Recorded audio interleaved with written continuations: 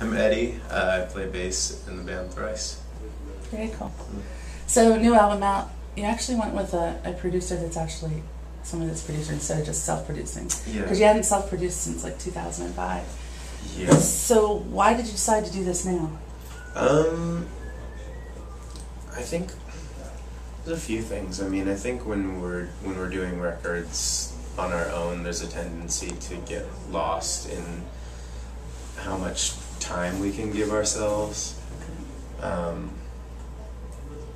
You know, there's a lot of experimenting that goes on in how we write music, and when we have the freedom to do that while recording too, I think things can get a little out of hand. Not necessarily always in a bad way, just, you know, get a little off track. So we wanted to do that, and just mixing it up, trying something different. I think we've never really done the same type of recording process more than I think 2 records in a row, and I guess we kept to it with this last record. And Dave Schiffman's a guy that he had engineered on Visu, and he mixed Beggars, and he's like a friend, and he'd help Tepe with the recordings that, you know, Tepe did a lot of the engineering and stuff on the last 2 records that we'd done. So it was cool to work with him, and it took a lot of stress off of Tepe. I mean, not only was he playing guitars and doing all that, but he was doing a lot of extra work, which I think made the process maybe a little bit less fun for him, because there was like an added stress. So I mean, it was good. It was good for that. It was cool. It was cool to see that. But when I looked at my research, I'm like, well, it's been that long since you've actually used, it's been a while. a producer. Oh, sorry, I put my hands in the way. So this is your 7th album, and if you look back at bands that started out the same time you started out, many of them are no longer. So what do you owe to the longevity of your band? Because you have had the same lineup too. I don't know. I mean, I think a lot of it probably has to do with like the band's intentions from the beginning. I mean, when the band first started out, we weren't like trying to do anything but write songs, you know, like songwriting. We weren't really trying to get shows. We weren't trying to record records, and I think that, I mean, that's kind of held true even to now. Like, the most important thing is just getting to make music, you know, getting together and making music. I think now playing live has become a hugely like important part of the band, which wasn't an important part in the beginning, but yeah, I mean, it's crazy. I can't believe it's been 13 years. I mean, I guess it's going on 14. Yeah. I don't know, it's just fun. I love writing music, and the guys are like family now. I mean, we understand each other like family, you know. It's not like fighting over things that can't resolve. I think the most that we ever fight over is when we're writing songs, parts and stuff, but we're pretty civil even then, so. No, that's cool to hear, because yeah, if you look at a lot of people aren't still around. Yeah. Or they've had, you know, maybe one member still left from the original lineup. Yeah, and that's it. It's just, I mean, it's just the nature of the beast with the music industry. Yeah. It'd be hard with our band too, because all of us write so much. Like, from the beginning, it's always been like really collaborative as far as like how the songs come together. The band definitely would not be the songs would not be the same, you know.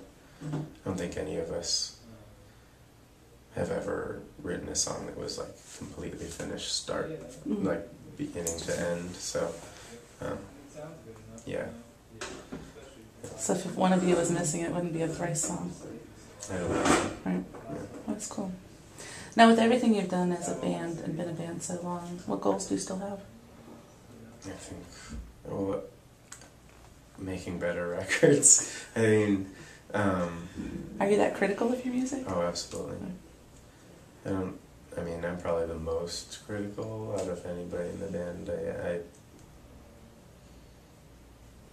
I always think that we can do better, and I know we can. I mean, That's one of the cool things about music. It's like infinite, you know. I really don't like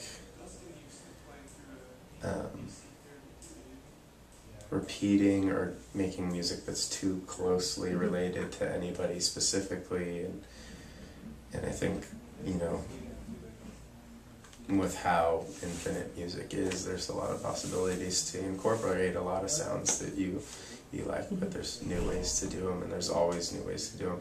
It's a little more difficult now than it has been, but I think, I don't know, just experimenting with music and enjoying the process and the struggle and all that is like amazing. No, that's cool. I have a couple little fun questions. Not the warped fun questions that people ask, because those are always weird. So would you pick 3 songs by anybody that would make up the soundtrack of your life? Oh, shoot. Easier to talk about your music. Yeah, I have to answer this in like a short amount of time. So much easier to ask you about your own stuff. This actually might be easier right now because I've been trying to like set up like a playlist of like some of my favorite songs. So that's cool. There's a song by a band called No Knife. It's called The Spy.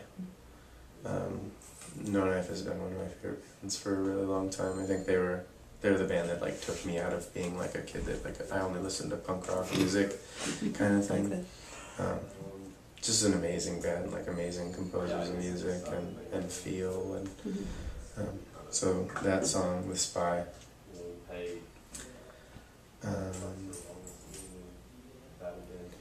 There's also, shoot, I might not get the name right. There's a singer of it was like an 80s band called Talk Talk. His name's Mark Hollis. He had like a solo record. I think it came out in '98, maybe. I'm not entirely sure.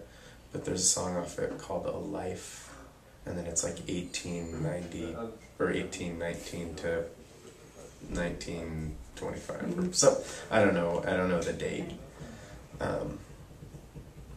But it's like really freeform and jazzy, but kind of avant-garde and really melodic, and just as far as like a music piece, like as an art form, it's like the closest thing that I've ever seen to like not only like painting a picture but also like telling a story. That's cool. It's a really, really beautiful piece of music, and I love what he's done. Even like the last 2 records that they did, Talk Talk did, aren't like pop records. They're really interesting instrumental vocal masterpieces, I'd say. One more. Shoot. I'd probably say it's a song called Blue and Green. I'm not sure who wrote it exactly, but it was on Miles Davis's record, Kind of Blue. It's an amazing jazz song. It's really like mellow, and it's like considered cool jazz, I guess. But this guy Bill Evans plays piano on it, and he's one of my favorite piano players. And I think there's a big chance that he was the composer of the song. But I remember, it was like a record that I remember seeing my dad listening to, like closing his eyes and just totally soaking up music. And I think at the time maybe I didn't really understand jazz, but now like that nostalgia mixed with like how beautiful the song is, it means a ton to me. That's cool. Yeah. Those are very diverse songs that you picked. No, and it's cool for people to hear these, because then people will look them up to see what you like. You know? I mean, that's the coolest thing about music. I'm constantly learning about new records. I mean, hopefully you never hit a point where you're like, I know everything, you know? It's like reading books. How can anybody know everything? You can't. That's the thing, right? You can't. So. You can't. So my last question I ask like everybody, like first time I talk to them, it's the future. You open up the Rock and Roll Encyclopedia. What What do you want to read under Thrice? How would you want the band remembered? Honestly, I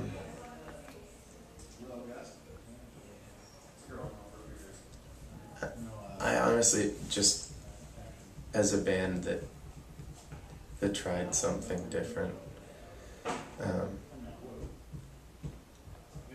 I really hate getting like pigeonholed into specific scenes, and I've always felt that we didn't really ever fit in a specific scene, which was frustrating at times, but also kind of something to be proud of. I like that sometimes people have trouble trying to describe what our music sounds like. I don't know if that's me being like, I don't know. I don't want that to seem like it's me having an ego or anything. I just feel like it's really, my favorite part about music is just like experimenting and pushing and trying new feels, and whether it's only new to me or if it's new to people that are listening. Like, I think like making those steps are like huge. And I guess it would be awesome if people enjoyed us for like the steps that we made, experimenting and stuff. No, it's very cool. I mean, the band seems to, you reinvent yourselves all the time, but you still stick to who you are. I mean, it's still Thrice. You do change. Yeah, luckily people like now like expect change. Right. Like some people with this record were like, I thought it was going to be more different. Because they know you change, so they stick with it no matter what. But no, I think we've really been fortunate in that, and I think sometimes bands, might get stuck in a specific sound and feel like they can't get out. And I mean, if that happened with us, I don't think we would still be a band. So, I'm super grateful for the people that have followed us and helped us live a dream. That's good to hear, because a lot of bands, you're right, they get stuck in that, and then when they try to branch out, everyone turns away from them. Yeah. And there's been quite a few big bands that have done that, and they've lost their fan base because of it, and all they're trying to do is be different and try out different things, what's wrong with that? Yeah, well, it should be natural, nobody's listening to the same music that not nobody, but most people were listening to the same music that they listened to when they were, I mean, I'm not listening to the same music that I was listening to in high school specifically. Last night we had a listening party on the bus, though, where we were listening to, like, all these old records, and we were like, oh my gosh, I totally forgot about that. This was really fun. What was the strangest one? Strangest? I don't know if there's any ones that I mean, there's nothing that I would ever be ashamed of. It's like, it went from like, old hardcore records like, I don't know, Strife, or like, like these really moshy hardcore bands, to, I think in the end we were listening to a band called Adam and His Package. You remember Adam and His Package? Yeah. Like, it was like that diverse. It was that diverse, so, no, it was cool though. I mean, like No Effects or Lagwagon, and then there's like, more obscure bands like Farrakhan or Boilermaker, all these bands that, like, I don't know, maybe a ton of people might not know about, but it was really cool. But it's cool because people do listen to all different things. They really do. That's the cool thing. It's healthy. I think so too. It's better not to listen to just one band or one genre. I mean, there's a lot more out there. Well, thank you very much. Yeah, thank you.